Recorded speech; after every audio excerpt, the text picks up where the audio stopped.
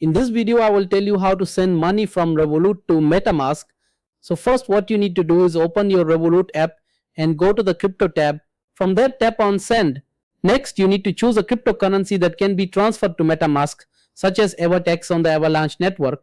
Select Evertex, then choose to send to a wallet address and tap add wallet address. Now you will need your MetaMask details, so switch over to your MetaMask app. On the MetaMask home screen, make sure your network is set to Avalanche, Mainnet, C-Chain.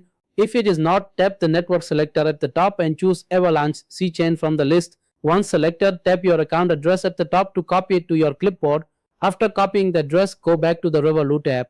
In the wallet address field, you can either scan the QR code or paste the address you copied from MetaMask.